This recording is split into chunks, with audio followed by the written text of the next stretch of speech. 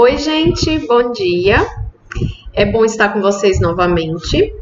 Então, vamos continuar o nosso conteúdo de silvicultura. Hoje nós vamos falar um pouco sobre legislação florestal. Como esse assunto de legislação é um assunto que tem muito conteúdo, eu achei mais interessante, até para a compreensão de vocês, dividir ele em duas partes. Então, hoje nós vamos falar um pouquinho sobre alguns conceitos importantes dentro da legislação florestal, assim como nós vamos falar também um pouco sobre áreas de preservação permanente.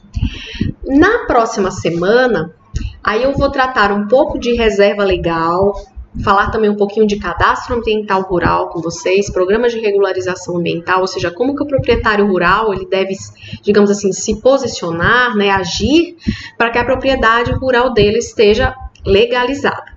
Então, vamos lá? Então, qual é a grande, digamos assim, a principal informação que vai embasar a nossa aula de hoje? É o novo Código Florestal. O primeiro Código Florestal ele é de 1965, então ele é um código mais antigo. E em 2012, se vocês procurarem na internet, vocês vão ver que teve muitas, digamos assim, brigas, digamos assim, algumas desavenças entre vários grupos, né? O grupo dos ruralistas, o grupo dos ambientalistas, na época em que foi redigido esse novo Código Florestal. Então, o novo Código Florestal, ele foi redigido em 2012, né? A lei iniciou, né, o vigor em 2012, e ele também é a Lei 12.651. Se vocês quiserem, eu coloquei no Moodle a lei, né, para os curiosos que quiserem dar uma lida na lei crua. Então, hoje nós vamos falar sobre alguns aspectos principais dessa lei. Então, a Lei 2.651 de 2012 é o nosso Código Florestal que está vigente atualmente. No primeiro artigo do Código Florestal, ele fala sobre a missão do Código. Então, qual é a missão da Lei Florestal? Estabelecer normas gerais sobre a proteção da vegetação, as áreas de preservação permanente, assim como as áreas de reserva legal, a exploração florestal, o suprimento de matéria-prima florestal, o controle da origem dos produtos florestais e o controle e prevenção dos incêndios. Como nós vimos na aula passada, um proprietário rural que tem uma área florestal, né, uma área com florestas na sua propriedade, ele não pode simplesmente cortar aquela cobertura vegetal ou utilizar de qualquer forma. Nós vimos que para que ele possa fazer uma exploração florestal correta, legalizada, para que ele possa vender a madeira de forma legalizada, ele precisa realizar um plano de manejo florestal na sua propriedade. Tudo bem? Então, nesse artigo também, do parágrafo único do novo Código Florestal, ele diz que é importantíssimo e um dos objetivos é o desenvolvimento sustentável, que tem tudo a ver com o plano de manejo florestal. Porque como nós vimos na aula passada, quando um proprietário rural ele explora uma área florestal, ele tem que dividir essa área nas chamadas UPAs, unidades de produção anual. Por que ele divide nessas áreas de produção, respeitando o ciclo de corte daquela área, através, esse conhecimento ele vai obter através do inventário florestal que ele vai realizar naquela área. Porque a gente vai pensar que depois de todos aqueles anos explorando, quando ele retornar à primeira área de produção, provavelmente aquela área já vai estar restaurada naturalmente. Então, o desenvolvimento sustentável está muito atrelado a isso, porque eu vou usufruir de uma área economicamente, ou seja, realizar uma exploração florestal dessa área, porém pensando nas futuras gerações, para que futuramente, daqui a 10, 20, 30 anos, aquela área florestal ainda exista, aquele ecossistema, aquela biodiversidade ainda persista, ok? Quais são alguns conceitos importantes para que a gente possa entender o Código Florestal? No Código Florestal, nós não vamos falar propriedade rural, nós não vamos falar chácara, sítio, nós falamos imóvel rural. Quando o proprietário rural ele vai cadastrar o seu imóvel, ele cadastra o imóvel rural. Então, o que é um imóvel rural? Quem quiser anotar, é só parar a aula e pode anotar o slide, ok? É uma área formada por uma ou mais matrículas de terras contínuas do mesmo detentor, destinada à produção agrícola, pecuária, extrativa vegetal, florestal ou agroindustrial. Quando eu escrevi aí áreas contínuas, o que significa?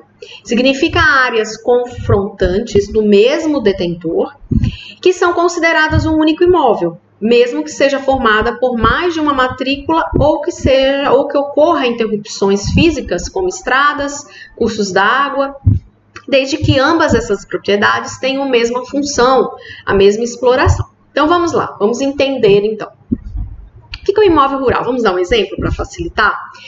Eu sou proprietária de uma fazenda, numa determinada área. Então ela vai ter uma matrícula no cartório, aí passa um rio e eu comprei a outra propriedade que tem do outro lado do rio.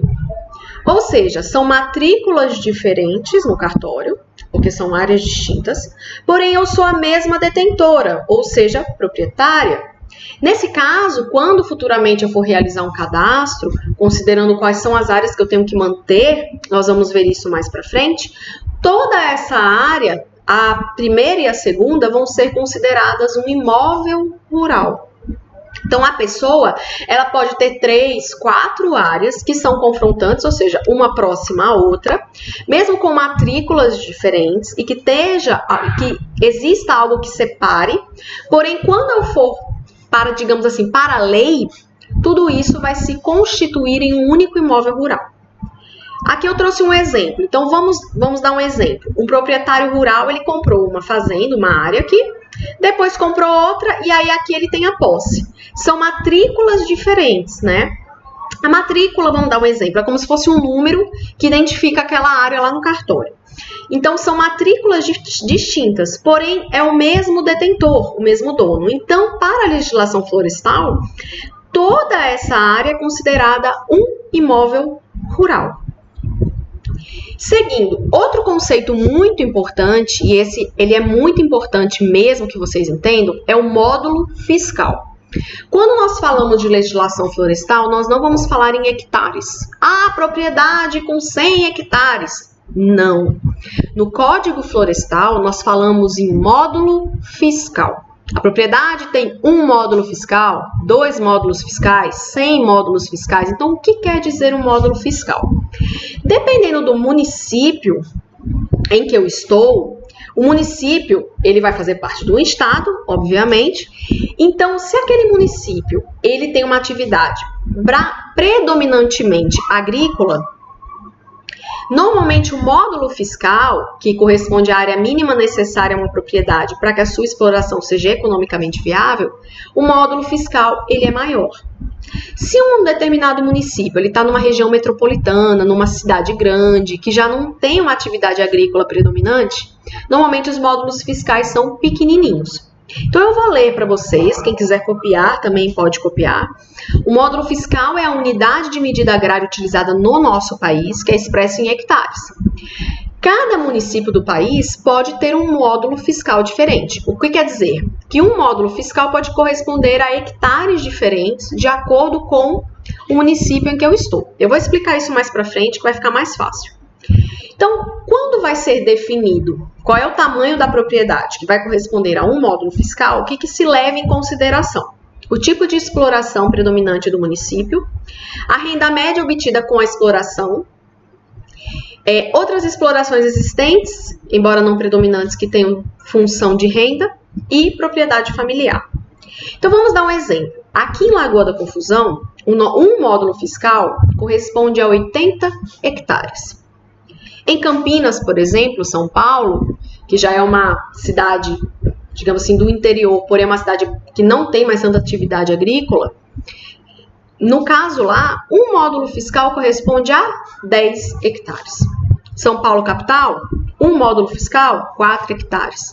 Então, de acordo com o município e com, digamos assim, a exploração predominante, os módulos fiscais podem ser maiores ou menores. Se o município, a atividade predominante é agrícola, o módulo fiscal é maior. Se a atividade não tem predominância agrícola, o módulo fiscal é menor. Então, um exemplo de como que nós calculamos, trouxe para vocês. Lagoa da Confusão, um módulo fiscal corresponde a 80 hectares. Vamos dar um exemplo? Você, por exemplo, tem uma propriedade rural de 2.000 hectares. Quantos módulos fiscais a sua propriedade possui? Como é que a gente acha isso? Eu pego o tamanho total da minha propriedade, que são 2.000 hectares, e divido pelo tamanho de um módulo fiscal. Então, 2.000 hectares dividido por 80 hectares, essa barrinha aqui quer dizer que eu estou dividindo, quer dizer que a minha propriedade aqui em Lagoa da Confusão, com 2.000 hectares, ela possui 25 módulos fiscais. Em Campinas, São Paulo, dei um exemplo de uma outra cidade no interior, um módulo fiscal são 10 hectares. Eu tenho uma propriedade lá também de 2.000 hectares. Quantos módulos fiscais a minha propriedade vai ser considerado, né? Para Campinas, 2.000 hectares dividido por 10 hectares. Por quê? Porque lá um módulo fiscal é igual a 10 hectares. Então lá, quantos módulos fiscais a minha propriedade vai ter? 200 módulos fiscais. Então lá eu tenho muito mais módulos fiscais. Por quê? Porque lá o módulo é muito menorzinho. Tudo bem?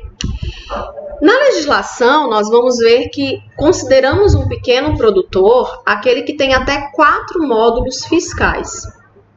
Então, se a sua propriedade ela é considerada um pequeno produtor, até 4 módulos fiscais. Então, quer dizer que para cada município, um proprietário que é considerado um pequeno produtor, ele pode variar o tamanho da propriedade. Então, eu trouxe um exemplo. Aqui em Lagoa da Confusão, um proprietário que tem até 320 hectares, por quê? Porque aqui um módulo fiscal é 80 hectares, então 4 módulos fiscais é só multiplicar por 4. Então, um pequeno produtor, ele vai ser considerado pequeno produtor se ele tiver até 320 hectares. Agora, em Campinas, que o módulo fiscal é menorzinho, um pequeno produtor é aquele que tem até 40 hectares. Por quê? Porque aqui a nossa propriedade, né, a nossa área, nosso município, ele é predominantemente agrícola. Em Campinas, não mais.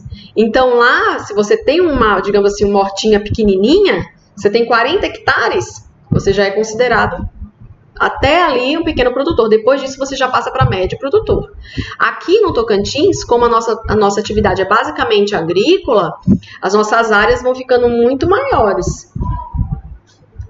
Aonde que eu acho, professora, essas informações? Lá no site do INCRA, eu até coloquei o site aqui para vocês, se vocês clicarem no site do INCRA, você consegue achar uma tabela com os valores dos módulos fiscais de cada município no nosso país. Então, aqui, por exemplo, para dizer que eu não estou mentindo, ó, Lagoa da Confusão, o módulo fiscal de Lagoa da Confusão quer dizer que cada 80 hectares correspondem a um módulo fiscal. Se eu quiser procurar qualquer outro, ó, normalmente na região do Tocantins, né, no nosso estado aqui, todos os nossos municípios, só um que está com 70, que é esse Sandolândia, mas o restante, todos, um módulo fiscal corresponde a 80 hectares. Bom, seguindo então aqui a nossa apresentação, vamos lá. Eu tenho uma propriedade agrícola, sou um proprietário rural. Como que eu faço para regularizar a situação do meu imóvel? Então, primeiro eu tenho que delimitar qual é a área do meu imóvel rural. Nós já vimos o que é imóvel rural. Então, eu vou somar todas as matrículas que eu tenho de áreas vizinhas e que são do mesmo detentor. E aí eu vou ver qual é a área total desse meu imóvel rural. Depois disso, eu divido a área total pelo quê? Pelo tamanho do meu módulo fiscal, que nem a gente fez o exemplo. Eu tenho 2.000 hectares, eu divido 2.000 hectares por 80 hectares. Aí eu vou saber quantos módulos fiscais eu tenho. Sabendo quantos módulos fiscais eu tenho, eu posso saber, por exemplo, nós vamos ver mais para frente, se eu vou ser considerado um pequeno produtor, se eu tiver até 4 módulos fiscais, ou se eu já sou considerado um médio ou um grande produtor. Aí, sabendo o tamanho do meu imóvel rural, eu vou saber, por exemplo, nós vamos ver na aula que vem, quantos por cento eu tenho que deixar na minha propriedade de reserva legal, certo? Então, é importante que o produtor ele tenha essa noção, porque quando ele for fazer o cadastro do imóvel dele, ele vai colocar o quê? Quantos módulos fiscais a sua propriedade corresponde. Então, o novo Código Florestal, ele tem algumas diferenças principais, nós vamos ver, vai estar relacionado à delimitação de áreas de preservação permanente, que são as chamadas APPs. Então, a partir de agora, a gente vai falar muito de APP, tá? Não vou ficar falando área de preservação permanente, não, APP. E também delimitações de reserva legal, que é chamado de RL, que a gente vai ver aula que vem. Então, vamos lá entender o que é a nossa APP? O que são as áreas de preservação permanente? Então, as áreas de preservação permanente é uma área protegida, que pode estar coberta ou não por vegetação nativa, tá? Independentemente do uso ou da ocupação. O que quer dizer? Que pode ser que uma área eu tenha retirado a cobertura vegetal e ela deixa de ser uma área de preservação permanente? Não. Se a pessoa removeu a cobertura de uma área de preservação permanente em que a cobertura vegetal deveria estar lá preservada, ele vai ter que recompor aquela área, tá? Possui função de quê? Por que nós temos que ter as áreas de preservação permanente que são protegidas e que nós vamos ver que não podem ser manejadas, tem que ficar daquela forma, protegida, é permanente, por isso que chama área de preservação permanente. Por quê? Porque ela possui uma função ambiental de preservar os recursos hídricos, tanto que nós vamos ver que a maioria das áreas de preservação permanente, elas estão perto de cursos d'água, de nascentes, estão também em topos de morros, que são áreas que podem, digamos assim, é importante para a preservação dos recursos hídricos. Importante também para a preservação da paisagem, para a estabilidade geológica, biodiversidade, além de facilitar o fluxo gênico de fauna e de flora, proteger o solo e assegurar o bem-estar das populações humanas. Então, as áreas de preservação permanente, elas são importantíssimas, elas são estratégicas para que eu possa ter preservação do meu recurso hídrico, preservação da minha biodiversidade, da minha fauna, da minha flora, estabilidade geológica, por isso que a gente vai ver topos de morros, encostas, que são áreas de preservação permanente, porque se eu tiro a cobertura, começa a ter o quê? Descer terra, solo, né? Isso pode prejudicar de alguma forma, é perigoso de alguma forma, ok? Mas o que significa? Que as APPs são áreas naturais sensíveis às ações antrópicas, lembrando que a ação antrópica é a ação do homem, e, portanto, com rígidos limites de exploração. É permitido o quê? O acesso de pessoas e animais às APPs somente para obtenção de água e para a realização de atividades de baixo impacto. Então, professora, eu posso cortar a árvore da APP com plano de manejo florestal? Não posso. As áreas de preservação permanente são áreas em que eu posso realizar somente atividades de baixo impacto. Então, a área de preservação permanente, ela está ali buscando o quê? Biodiversidade. Então, nesse caso, é uma área em que eu posso ter animais andando ali, eles vão até a nascente do rio, tomam água, vão, caminham, tudo bem. Eu posso fazer uma trilha dentro de uma APP? Posso, contanto que eu tenha baixo impacto. A ação humana ou a ação antrópica nas áreas de preservação permanente devem ser as mínimas possíveis. Isso é o que a legislação diz. Na vida real isso acontece? Em alguns casos sim, e infelizmente, em outros casos, às vezes o proprietário rural, ele não segue a legislação. Quais seriam as áreas que nós vamos ver detalhadamente? Então anotem aí, exemplos de APP. Principalmente nascentes de rios. Nós vamos ver mata ciliar, que é aquela mata que fica, né, digamos assim, na beirada do rio, do curso d'água. Então a mata ciliar é aquilo que vai ficar. Então tem um rio que está passando, a mata que fica, né, a parte florestal, a cobertura vegetal aqui bem no leito, ao lado do rio, que protege esse rio, que faz com que quando chova não ocorra assoreamento, ou seja, descida de solo para o rio, podendo até causar, digamos assim, problemas tão sérios que podem fazer até com que o rio diminua de tamanho, ou até acabar com o rio, se você retirar essa mata ciliar. Tá? Então é perigosíssimo. A mata ciliar que fica ao redor de córregos, de rios, ela é importantíssima para a preservação desse recurso hídrico.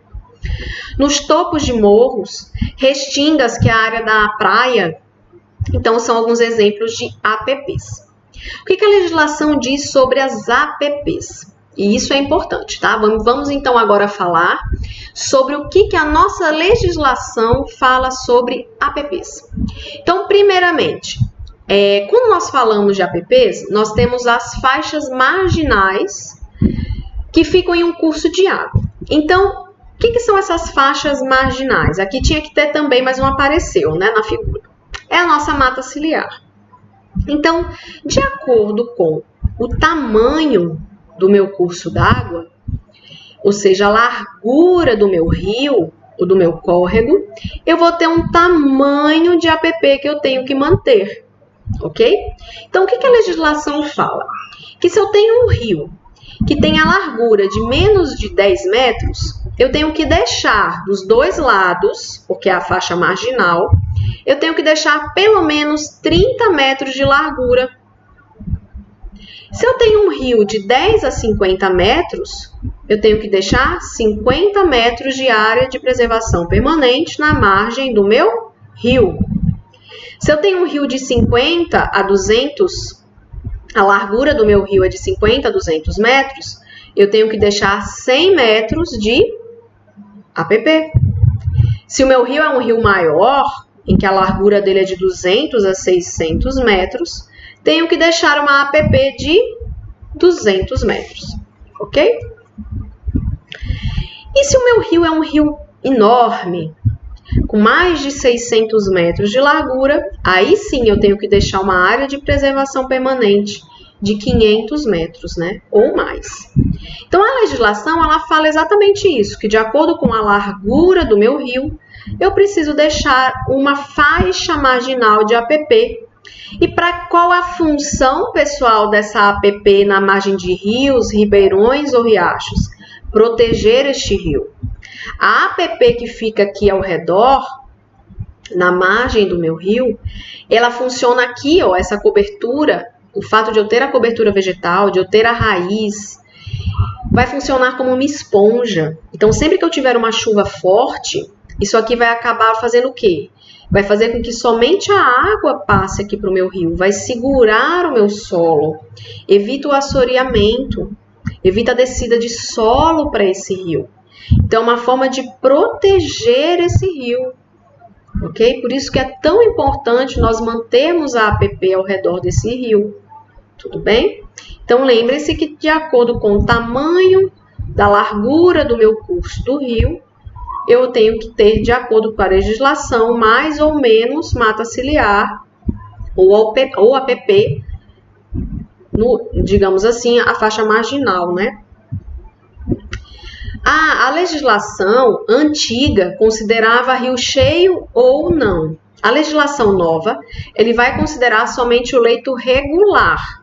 Então, mesmo que esse rio tenha cheias, ele não vai considerar a largura do meu rio considerando a cheia. Ele vai fazer o cálculo da largura do curso somente no leito regular. Exemplo, então, aqui, ó, nós vamos ver que aqui é o leito regular do meu rio. Então, de acordo com a largura que esse rio possui, eu vou ter que ter um tamanho de mata ciliar que eu tenho que manter margeando esse rio. Se eu tenho, por exemplo, uma lagoa, que nem nós temos aqui, de acordo com a superfície em hectares, eu tenho também que deixar uma faixa de APP. Então, se eu tenho 1 hectare, não preciso deixar a faixa no entorno. Se eu tenho de 1 a 20 hectares, eu preciso deixar 50 metros. E se é mais de 20 hectares a superfície, eu tenho que deixar pelo menos 100 metros de faixa de APP no entorno dessa minha lagoa. Aí, se nós pensarmos a nossa lagoa aqui, provavelmente ela tem mais do que 20 hectares. Será que nós estamos respeitando essa faixa de pelo menos 100 metros no entorno da nossa lagoa aqui? Deixo essa pergunta para vocês. Então, vamos lá.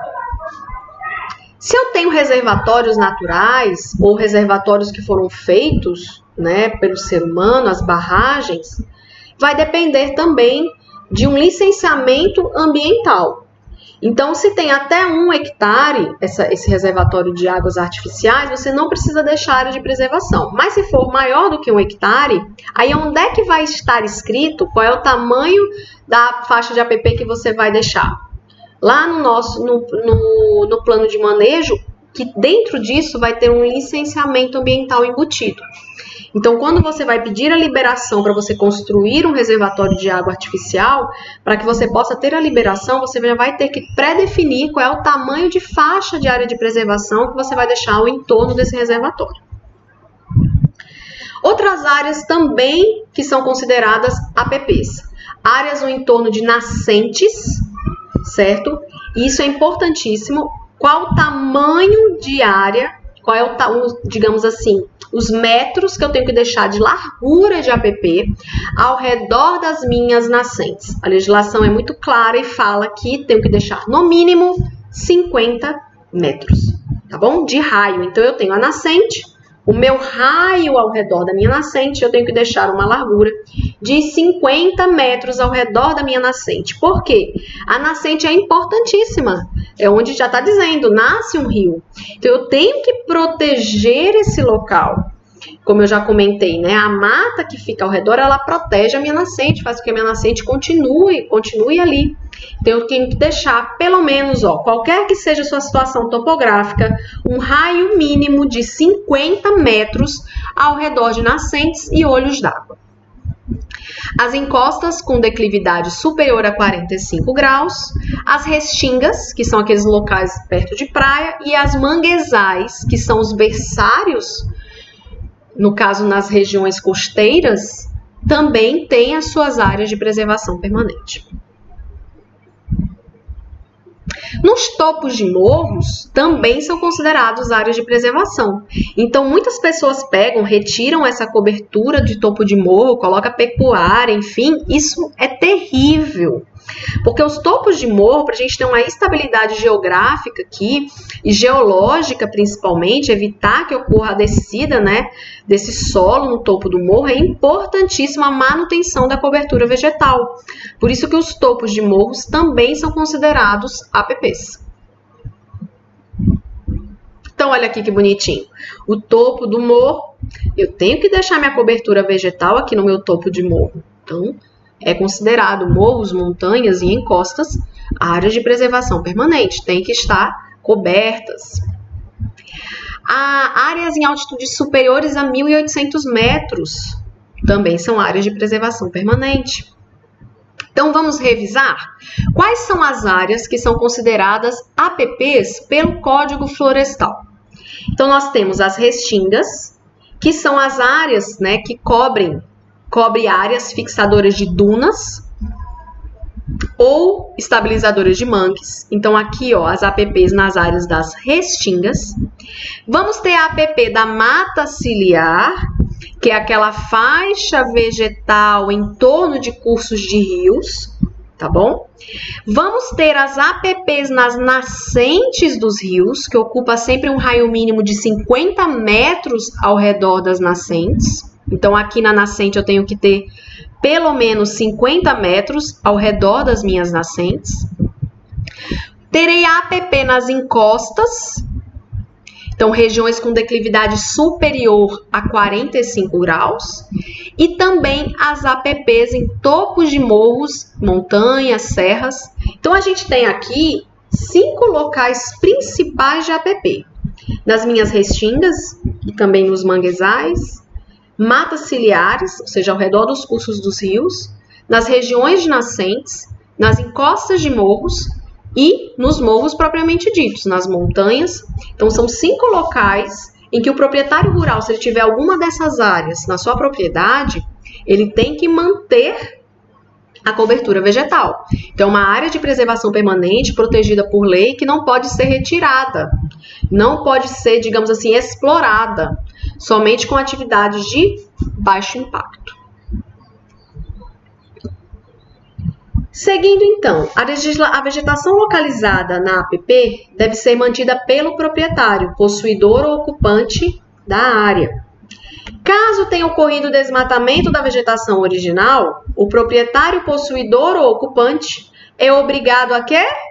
recompor a vegetação, com exceção em usos autorizados que nós vamos ver mais para frente.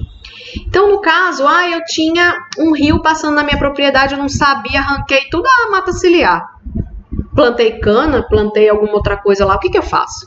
Para que você possa se legalizar, você vai ter que recompor essa área, de alguma forma. Nós vamos ver que iremos ter algumas exceções na legislação. O que acontece?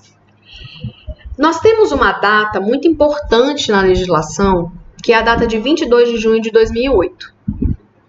Imóveis que acabaram sofrendo exploração ou que têm atividades agropecuárias anteriores a 22 de junho de 2008, elas vão ter, digamos assim, algumas regras um pouco diferentes daqueles imóveis que começaram a ter atividades agropecuárias depois de 22 de junho de 2008. Então, regras permanentes que nós vamos ver vão estar relacionadas a imóveis produtivos que desmataram após 22 de junho de 2008. Então, vamos lá, você é um proprietário rural, você tinha, por exemplo, uma nascente na sua propriedade. Aí você acabou desmatando ela antes de 2008, de 22 de junho de 2008. Então, as regras que vão servir para você vão ser diferentes de um outro proprietário que acabou desmatando depois dessa data. Por quê? Porque nós tivemos uma lei de infrações ambientais que começou a entrar em vigor depois. Então, pessoas que acabaram realizando, digamos assim, atos que não estavam de acordo com o código antes dessa data, é como se eles não estivessem causando tantas infrações como aquele que foi depois de 22 de junho de 2008. Tá? Então, só lembrem dessa data e eu vou explicar direitinho quais são as diferenças que nós vamos ter. Então, na verdade, vamos lá, professor, o que eu posso fazer na minha APP? Basicamente, foi o que eu comentei, tem que ser atividades com baixo impacto ambiental. Então, eu posso fazer uma trilha, um turismo rural na minha APP? Posso. E se eu for um pequeno produtor, e aí eu tenho uma área, uma residência ou uma atividade agro-silvopastoril na minha área de APP, eu posso? Isso vai depender de algumas situações, que nós vamos ver mais para frente. Mas em alguns casos, principalmente quando nós tivemos a chamada área rural consolidada, que é aquela área que tinha atividades agropecuárias ou agro-silvopastorilos antes de 22 de junho de 2008, a legislação permite que você utilize a APP, mas com algumas ressalvas. Vamos ver então isso? Então, o que é essa área rural consolidada? É uma área imóvel rural com ocupação do ser humano, portanto, uma ocupação antrópica, antes de 22 de junho de 2008, 22 de 7 de 2008. Com edificações, benfeitorias ou atividades agro-silvopastorilos, admitida neste último caso a adoção do regime de pousio. Então, a legislação fala assim, se você é um proprietário rural e antes de 22 de julho de 2008 você acabou retirando uma parte da sua APP, e aí você construiu uma casa, você tem alguma atividade rural ali, mas a legislação também fala da questão de que você possui atividades que tenham um cuidado com o meio ambiente, que tenham um bom manejo de solo, um bom manejo da água, atividades, digamos assim, mais sustentáveis. A legislação pode até permitir que alguma área da sua APP você consiga ter atividades agrícolas relacionadas a ela. Mas, meu querido, depois de 22 de julho de 2008, nada feito. A sua área não é mais considerada uma área rural consolidada. Então, somente se você for um proprietário rural antes de 22 de julho de 2008, que você pode ter uma área que é chamada de área rural consolidada. Depois disso, se você retirou a sua APP, ou se você tem uma área de APP que você acabou retirando, enfim, você vai ter que recompor ela seguindo a legislação, o novo Código Florestal, de forma permanente. No entanto, o que é o conceito, né? O conceito das áreas rurais consolidadas não tira do proprietário a obrigação de recompor. O que acontece é que o tamanho da faixa que o proprietário com uma área rural consolidada vai ter que recompor vai ser um pouco diferente de um proprietário rural que não tenha uma área rural consolidada. Então, dependendo do tamanho da propriedade e da extensão ou largura do corpo d'água, das faixas obrigatórias de recomposição da APP podem variar. Vamos entender isso? Então, vamos lá. Como é que era antes, né? Na lei de 1965, proibia de qualquer forma plantações nas encostas, topos de morro. Então, se eu tivesse qualquer topo de morro ou encosta, eu era proibido totalmente de retirar ou de produzir qualquer coisa. Hoje, o que a legislação permite? Que em áreas de inclinação entre 25 e 45 graus sejam permitidos o manejo florestal sustentável, atividades agro-silvopastoris, sendo vedada a conversão de novas áreas. Então, em algumas áreas, eu posso, no caso, ter, por exemplo, o plantio de algumas florestas, algumas árvores frutíferas, enfim, sim. As áreas com altitude superior a 1.800 metros, as encostas e topos de morro continuam como áreas de preservação, mas poderão ser utilizadas para atividades florestais.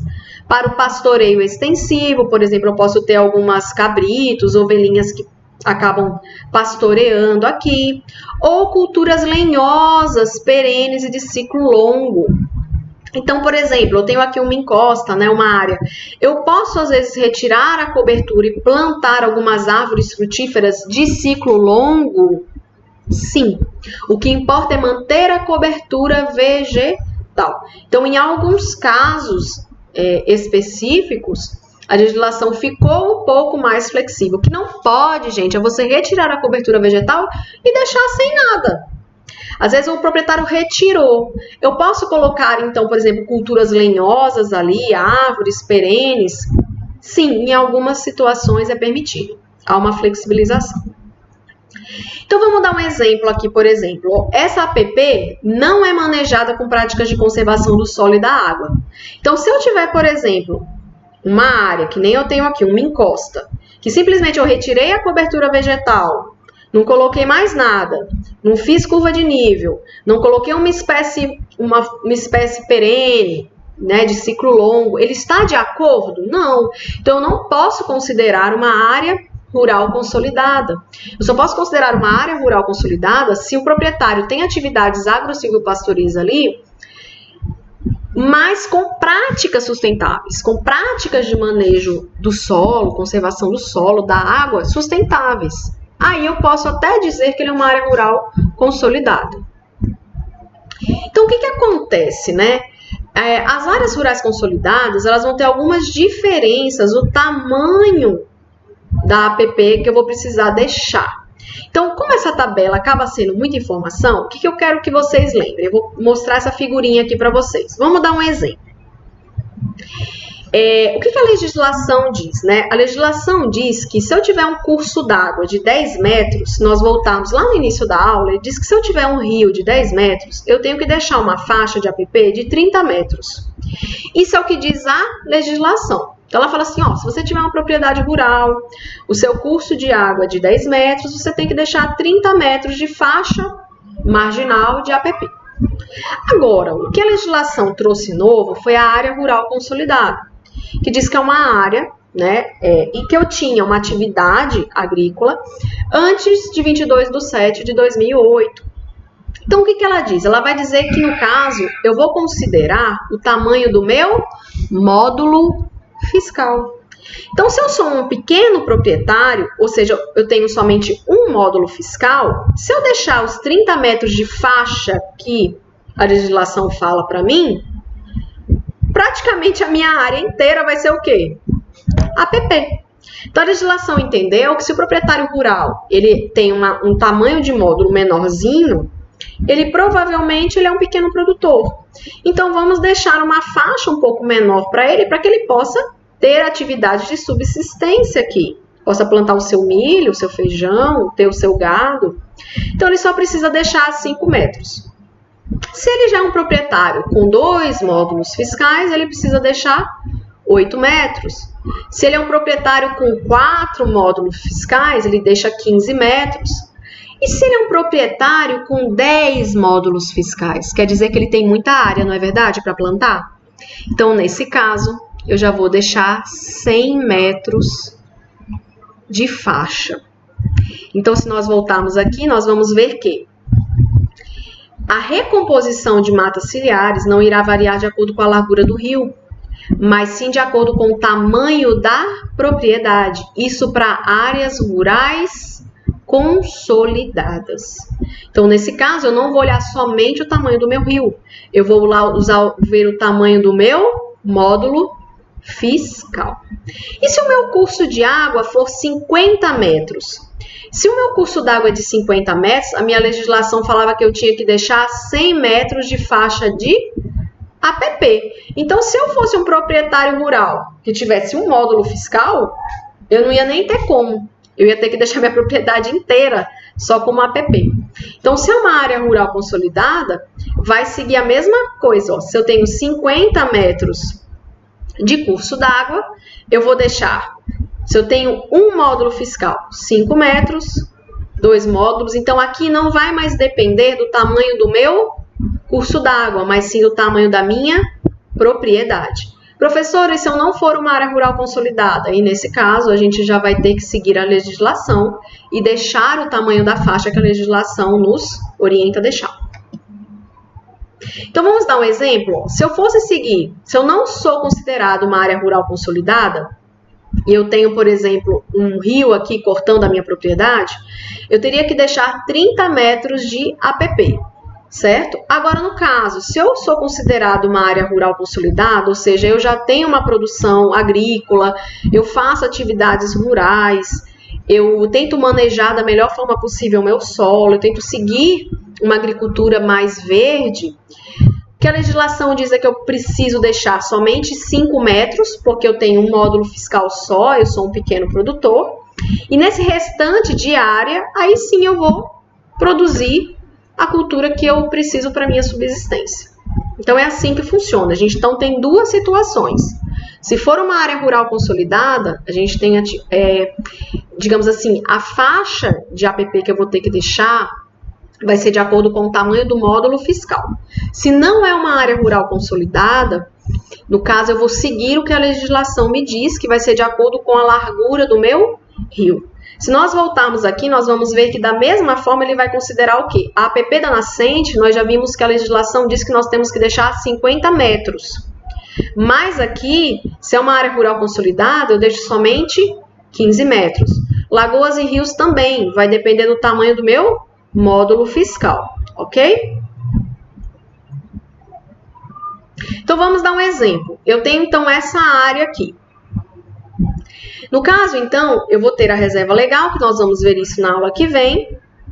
Então, se eu tenho uma nascente, a minha lei fala que se não é uma área rural consolidada, eu vou deixar 50 metros na nascente. Se for uma área rural consolidada, eu deixo 15 metros ao entorno da minha nascente. No caso aqui, se é uma área rural consolidada, de acordo com o tamanho do meu módulo fiscal, eu deixo 5 metros. Agora, porque no caso é uma pequena propriedade. Agora, se não é uma área rural consolidada, eu vou deixar 30 metros, porque aí vai ser de acordo com a largura do meu rio. Ok? Pequenas propriedades. Então, o novo Código Florestal permite o plantio de culturas temporárias e sazonais de ciclo curto na faixa de terra que fica exposta durante o período de vazante, desde que não haja supressão de novas áreas de vegetação nativa e que seja conservada a qualidade de água e solo. Então, foi como nós falamos, né?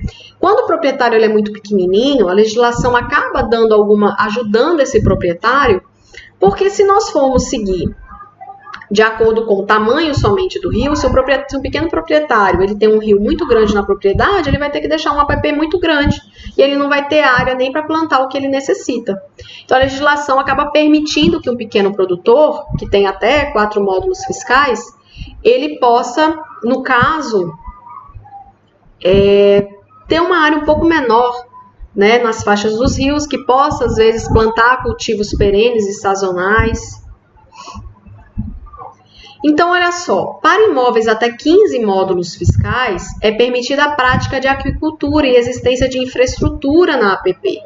Desde que, então, se eu sou um pequeno produtor rural, quando é que eu posso utilizar a minha APP em alguns casos? Primeiro, que sejam adotadas práticas sustentáveis de manejo do solo, da água e dos recursos hídricos de acordo com as normas dos conselhos estaduais, esteja de acordo com os planos de bacia e gestão dos recursos hídricos, seja realizado licenciamento ambiental, o imóvel esteja inscrito no cadastro ambiental rural, que nós vamos ver mais para frente, e que esses usos não impliquem uma nova supressão. O que quer dizer?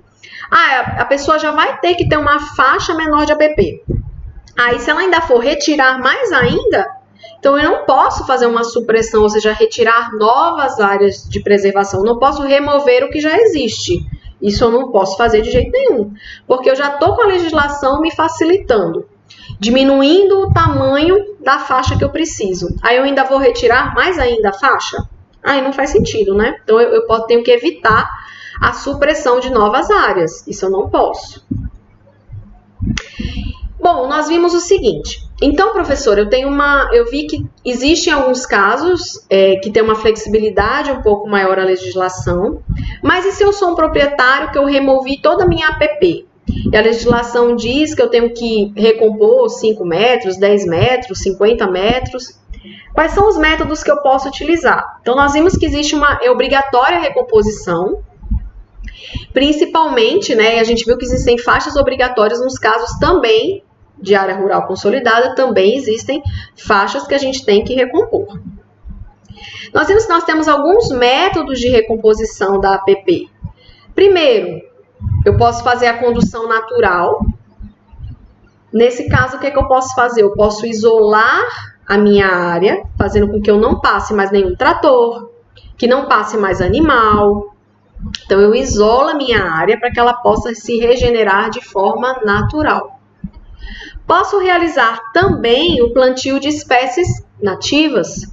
Eu posso eu mesmo fazer as minhas mudinhas de espécies nativas? Eu vou lá e faço o plantio? Sim.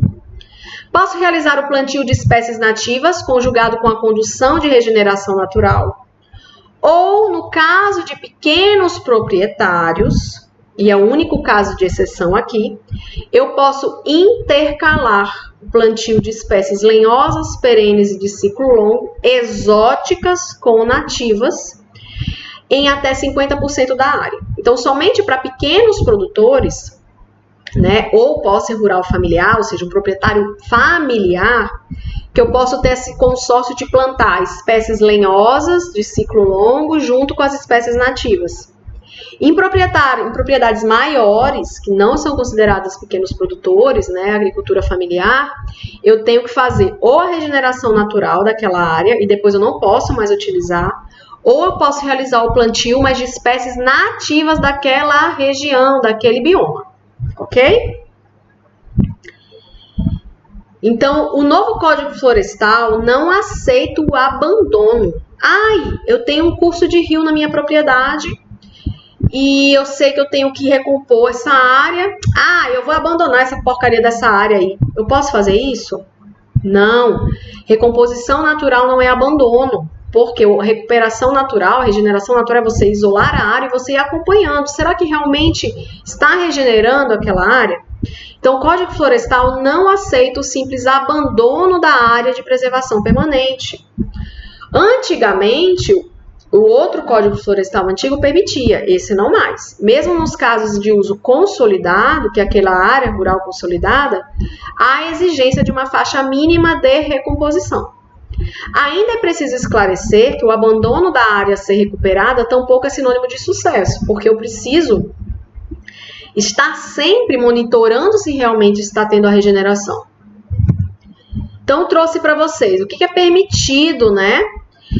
Posso plantar, posso conduzir uma regeneração através do plantio de mudas, tá certo? Então, posso abandonar a área? Não, somente o abandono não é permitido. E para a agricultura florestal, eu posso fazer uma APP com o sistema agroflorestal, posso plantar espécies perenes de ciclo longo, exóticas, junto com as nativas, porque é um pequeno produtor. Ele pode, às vezes, ir ali e tirar algumas frutas, ele pode cortar alguma lenha para que ele possa utilizar, né, na sua casa. Então, o caso familiar, do agricultor familiar, ele é diferente de você ter um grande produtor. Muito bem, então, reserva legal, nós vamos falar na aula que vem.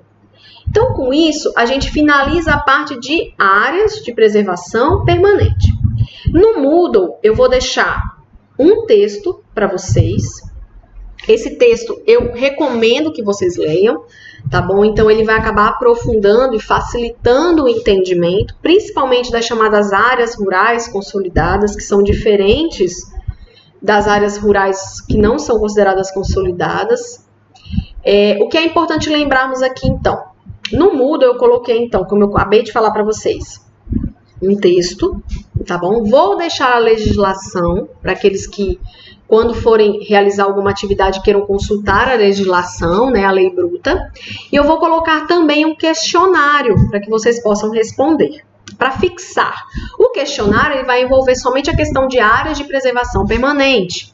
A parte de reserva legal, nós vamos entrar na próxima aula. Queria deixar um desafio para vocês agora. O primeiro aluno que me mandar uma resposta, eu vou fazer uma perguntinha agora, hein, no final da nossa aula. Então, os alunos que chegaram até aqui, bravos, eu vou fazer uma pergunta. O primeiro aluno que me mandar via WhatsApp a resposta para essa pergunta, já vai ter meio ponto a mais garantido na nota, hein? Então, fiquem espertos. O que eu quero que vocês me mandem? Eu quero que vocês me mandem pelo menos 5 áreas na propriedade, que foi o que eu mostrei para vocês, que são consideradas áreas de preservação permanente. Então, me mandem 5 tipos de áreas de preservação permanente que nós temos. Aquele primeiro aluno que me mandar a resposta, quais são as áreas de preservação permanente, pelo menos as 5, hein? Que foi aquela figura que eu mostrei para vocês. Primeiro que me enviar via WhatsApp a resposta, já está com meio pontinho a mais a nota garantida. Então, com isso eu termino a aula de hoje. Qualquer dúvida, me mandem uma mensagem, tá bom? Respondam um questionário. Se tiver alguma dúvida no questionário, também podem entrar em contato comigo. E até semana que vem. Tchau!